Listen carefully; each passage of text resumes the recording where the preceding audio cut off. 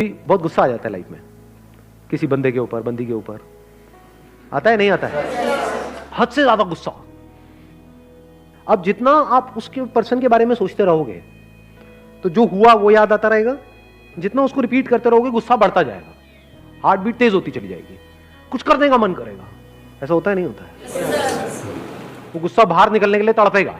उस वक्त क्या करो? गुरु मंत्र देता हूं आप लोगों को, रात को सोने से पहले मन में सिर्फ ये बोलना शुरू कर दो, पेशेंस पेशेंस पेशेंस पेशेंस, जब तक नींद ना आ जाए। सुबह उठोगे सब सही होगा।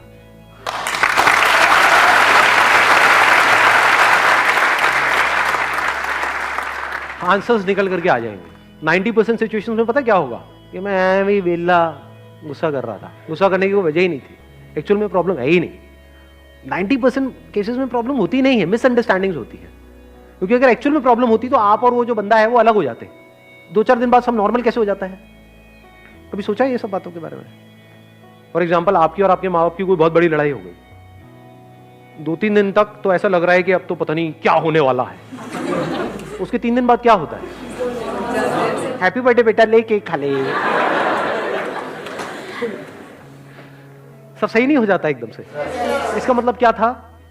एक्चुअल में कोई प्रॉब्लम थी ही नहीं। एक्चुअल में होती तो ठीक कैसे होती? समझे? छोटी मोटी मिसअंडरस्टैंडिंग्स थी, आपने कुछ समझा, उन्होंने कुछ समझा, थोड़ा समझने में कमी थी।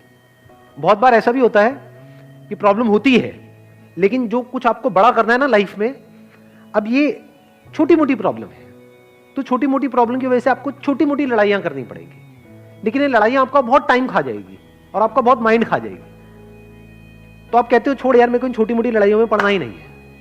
लड़ाई भी चूज करनी होती है जी, विद पेशेंस, क्योंकि जिससे लड़ोगे उसी लेवल पे आप आ जाओगे। कहते हैं never fight with a pig, you will get dirty and the pig will love it. तो हर एक से नहीं लड़ना होता है। लड़ना ही है तो किसी बड़े गोल को अचीव करने के लिए लड़ो ना। लड़ना ही है तो अपने आप से लड़ो ना, दम है तो। जो घटिया लोग होते हैं वो अपने से कमजोरों से लड़ते हैं, और जो बेवकूफ लोग होते हैं वो अपने से ताकतवर लोगों से लड़ने लग जाते हैं। जो समझदार लोग होते हैं वो किसी से नहीं लड़ते हैं। मैं आपको एक और मजेदार बात बताता हूं। ये पेशेंस आता कहां से है? ये समझदारी से आता है। समझदारी मतलब क्या? रियलिटी को एज इट इज देख लेना। क्या इस दुनिया में सब कुछ टेम्पररी है या नहीं है? ये कोई मेरा बिलीफ है या रियलिटी है? इस रियलिटी को देख लेना समझदारी है। इस समझदारी से पेशेंस आता है। मतलब क्या? बुरा फील हो रहा है, अब वहां पे अच्छा फील करने की जरूरत नहीं है, क्योंकि एक ऑपोजिट क्रिएट हो जाएगा। बुरा फील हो रहा है, होने दो, टेम्पररी है। देखता हूं मुझे कितना बुरा फील हो सकता है। मुझे कुछ ऐसा करना है कि आज पूरा दिन रोता ही रहूं, मतलब आंसू रुकने नहीं चाहिए। तो थोड़ी देर बाद क्या होगा? आप कोशिश करोगे बुरा फील करने की, होना बंद हो जाएगा। समझ गए? अब आप क्या कर रहे हो? खुद को कॉन्कर कर रहे हो। तो फिर क्या हुआ? वो आया, चला गया। ऐसे ही थोड़ी बहुत सक्सेस आई, चली गई, थोड़ा बहुत फेलियर आया, चला गया। But now you are consistent, because अब कुछ भी होता है जो दुनिया की नजर में बहुत बड़ा भी हो सकता है और बहुत ही छोटा भी हो सकता है, आपको कोई फर्क नहीं पड़ता। हैविंग सेड दैट, ऐसा नहीं है कि फर्क ही नहीं पड़ता है, फर्क पड़ता है इन द शॉर्ट टर्म। बिल्कुल ऐसा है जैसे अगर हाथ पे कुछ गर्म लगेगा तो हाथ जलेगा ना, बट अगर आपके अंदर पेशेंस है, ठीक है जल गया, कितने दिन तक रहेगा? 2 दिन, 4 दिन, 5 हफ्ता, ठीक है हफ्ता रहने दो।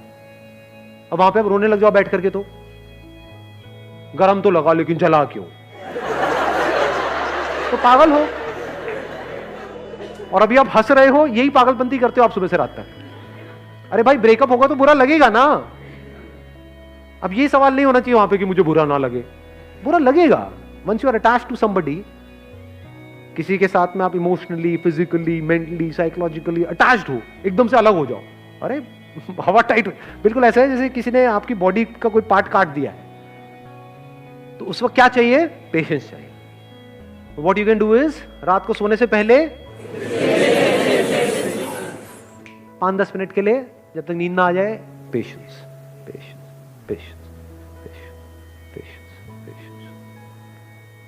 अब आप आराम से आ गए। अब अगले दिन जो भी आपको करना है, फॉर एग्जांपल किसी इंटरव्यू के लिए जाना है, तो आप उसके लिए तैयार हो। किसी एग्जामिनेशन के लिए आना है, उसके लिए तैयार हो। कोई बहुत बड़ा दिन है, कोई बहुत बड़ी मीटिंग होने वाली है, कोई बहुत बड़ा कोलैबोरेशन होने वाला है, उसके लिए आप तैयार हो। ठीक है, कोई बहुत बड़ा ब्रेकअप होने वाला है, उसके लिए आप तैयार हो। ठीक है जी, you got the answer. Wish you all the very best. Thank you so much for coming ji.